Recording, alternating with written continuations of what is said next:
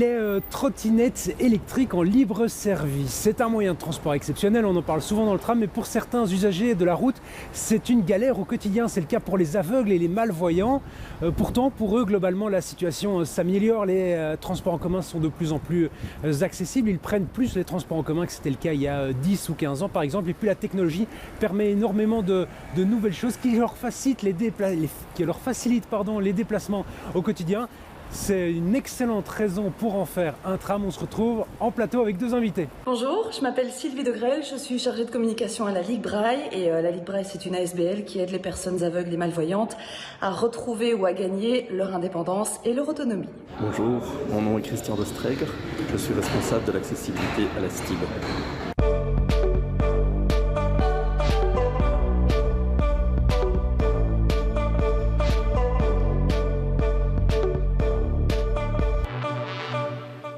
Bonjour à tous, bienvenue à bord du tram. Très heureux de vous retrouver avec deux invités pour un thème de mobilité passionnant. Alors Sylvie, commençons avec vous. Bonjour. Bonjour. Alors globalement, quel est le rapport des personnes malvoyantes à la mobilité en Belgique et à Bruxelles en particulier ? La Ligue Braille a réalisé une enquête fin 2022. Elle en avait déjà réalisé une en 2013. On a pu comparer comment a évolué la mobilité des personnes aveugles et malvoyantes sur 10 années. Et j'ai envie de commencer par ce qui est plutôt positif, c'est qu'il y a plus de personnes aveugles et malvoyantes qui se déplacent tous les jours ou presque, que ce soit en Belgique comme à Bruxelles. Et elles le font principalement à plus de 70% avec les transports en commun. Et c'est encore plus le cas à Bruxelles, puisqu'à Bruxelles, c'est 78% des personnes aveugles et malvoyantes qui utilisent les transports en commun. Et quels sont les freins à la mobilité aujourd'hui ? Alors, on dira obstacle plutôt que frein, parce que voilà, sur la route, on peut croiser énormément de choses, particulièrement en ville. Et à Bruxelles, sans surprise, je pense, ça n'étonnera personne. Vous le disiez d'ailleurs en introduction, c'est la trottinette qui pose deux problèmes. D'abord, lorsqu'elle est mal garée au milieu du trottoir, devant le passage clouté, et aussi le souci de sa rapidité et de son silence. Les personnes aveugles et malvoyantes nous disent être frôlées très souvent sans les entendre arriver, effectivement, et c'est quand même relativement rapide, et donc ça pose un souci. C'est le cas des voitures aussi électriques peut-être ? Absolument, il y a effectivement de plus en plus de voitures, de véhicules électriques, il y a aussi des scooters électriques, des vélos électriques, on ne les entend pas, et ça c'est aussi effectivement un problème pour les personnes aveugles et malvoyantes. C'est peut-être une belle question, mais qui est considéré comme malvoyant, comme personne malvoyante en Belgique ? C'est pas du tout une bête question. En fait, on estime selon l'OMS que si à 3 mètres, vous ne pouvez pas donner le nombre de doigts d'une main, on vous considère comme malvoyant. Maintenant, il y a plusieurs types de malvoyance. Il y a des gens qui ne voient plus du tout ce qui se passe en face. Il y a des gens qui n'ont pas de vision latérale ou très peu. Donc la malvoyance, en fait, ça englobe vraiment un grand nombre de pathologies visuelles. Et donc je suppose que les personnes malvoyantes, leur moyen de transport, vous le disiez, c'est la marche, le prioritaire. Et puis les transports en commun, c'est ça ? L'augmentation est importante sur les 10 dernières années ? On passe au niveau national, on passe de à peu près 53% qui se déplacent en transport en commun à désormais 73%. Et pour Bruxelles, on est à presque 78%. Christian, vous travaillez à la STIB en tant qu'accessibility manager, responsable accessibilité depuis une quinzaine d'années, si je ne me trompe pas. C'est bien ça, oui. Qu'est-ce qui a permis d'amener vers ce changement-là ?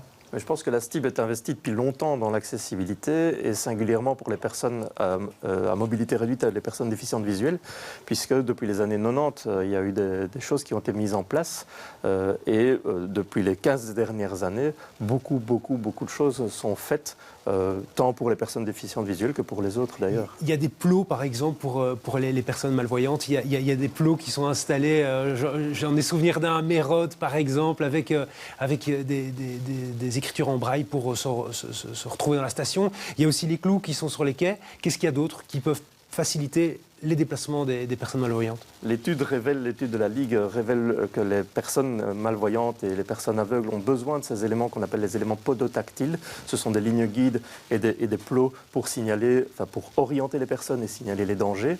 En complément de ça, ce qui est important pour elles, évidemment, c'est de l'information sonore pour, par exemple, savoir quel est le véhicule qui est en approche pour avoir, si vous cherchez à voir le bus 71, par exemple, que le bus 71, quand il arrive à l'arrêt, ils vous disent « Je suis le bus 71, je vais à Delta », par exemple. On y reviendra dans quelques secondes. Sylvie, je me tourne vers vous. La mobilité, c'est quelque chose qui est en pleine révolution pour l'instant.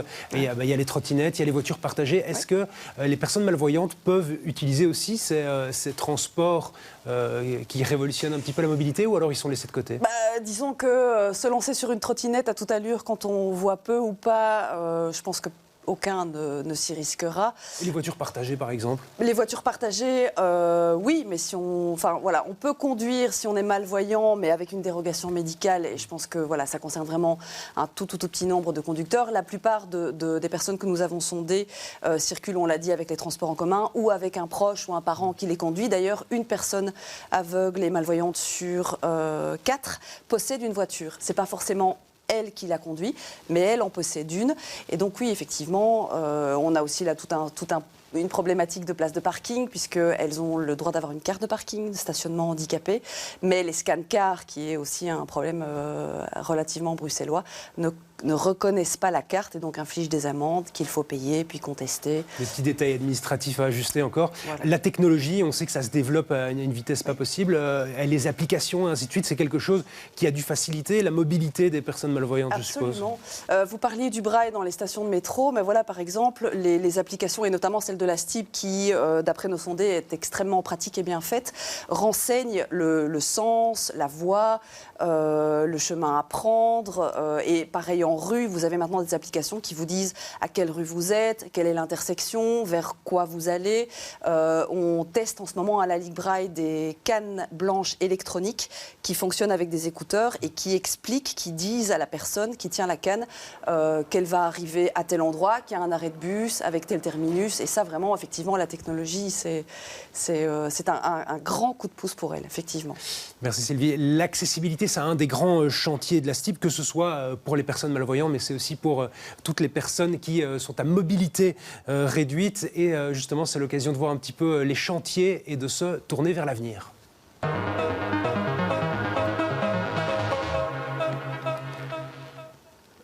Quand on parle de personnes à mobilité réduite, pour les transports en commun, Christian, qui est concerné en fait? Les personnes à mobilité réduite dans la vie de tous les jours, c'est 30 à 40% de population. C'est vous, c'est moi, c'est aussi les personnes handicapées, parce que tous, dans notre vie de tous les jours, à un moment donné, on va être contraint par un bras qui est occupé par un enfant qu'on a dans les bras, parce que quand on est plus âgé, on va monter moins facilement un escalier, etc., etc. Donc, dans un bus, quand vous avez 10 personnes, vous avez 4 personnes qui sont concernées, même si ça ne se voit pas, puisque 80% des handicaps sont invisibles.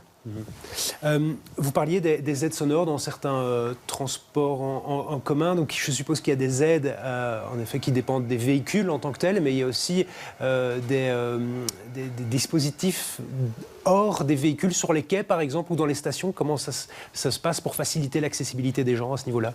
On en a parlé, la technologie évolue beaucoup. Et donc, depuis quelques années, tous nos véhicules sont équipés d'une annonce vocale à bord qui annonce le prochain arrêt, ce qui n'est pas utile que pour les personnes malvoyantes, évidemment. Il y a ça dans tous les véhicules? Il y a ça dans tous nos véhicules depuis quelques années. Il y a ça maintenant dans les véhicules, à l'extérieur des véhicules. Sur les quais? Donc sur les quais, mais c'est le véhicule qui s'annonce. C'est dans la moitié des véhicules tram et bus les plus modernes qui doivent être équipés d'un haut-parleur extérieur. Après, il y a aussi d'autres solutions. On en parle aussi du numérique. On a expliqué les lignes podotactiles. On cherche des solutions qui, numériques, celles-là, viendraient compléter les éléments podotactiles. On fait ça avec les autres opérateurs de transport pour permettre, ce qui est un focus important tant pour la Ligue Braille que pour la STIB et les autres opérateurs, c'est l'autonomie du client. Il faut permettre à nos clients de voyager de façon indépendante comme vous et moi. Pour les chiens, pour les personnes malvoyantes, il y a des aménagements. Comment ça se passe par rapport à ça? Le chien guide est une aide technique pour la personne déficiente visuelle. Le chien va permettre à la personne d'être autonome dans ses transports sur des trajets qu'ils auront malgré tout appris à l'avance.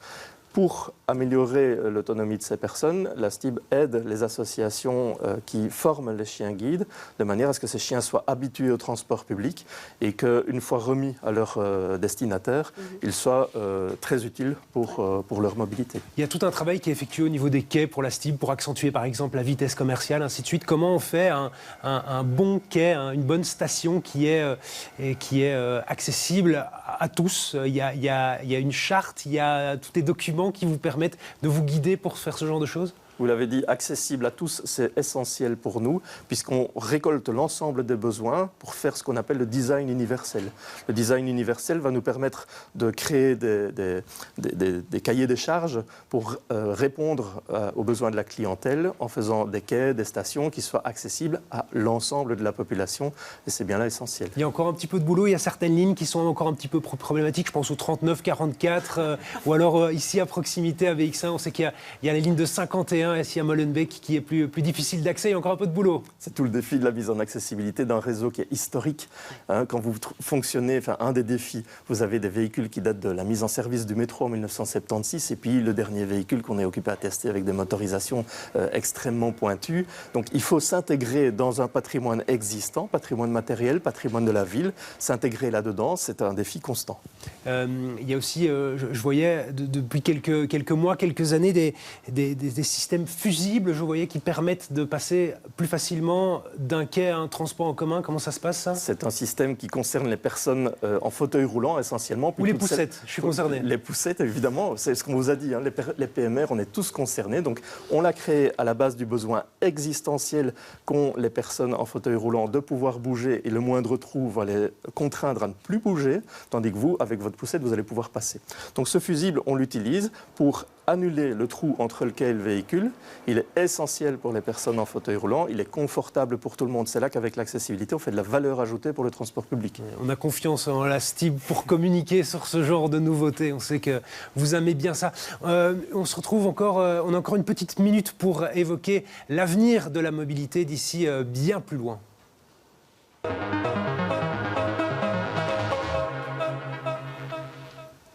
Sylvie, je me tourne vers vous. Si je vous dis mobilité d'ici 2100, d'ici 2150, est-ce qu'il y a un moyen de transport qui vous permettra à vous de vous déplacer ? Quels sont vos pronostics ? Si je peux rêver, la téléportation. La téléportation, J'adorerais. c'est facile. Vous, Christian, pour terminer ? Moi, je regarde aussi les images du passé. Et quand je vois la place de Brocaire il y a 100 ans, l'imaginer dans 100 ans, c'est totalement impossible. Je vois trop la différence entre il y a 100 ans et maintenant. Comment imaginer le passé ? Je ne suis pas sûr que nos ancêtres aient pu le faire. Quand même une petite idée ? Je ne peux pas non plus le faire. C'est trop compliqué, ce genre de choses.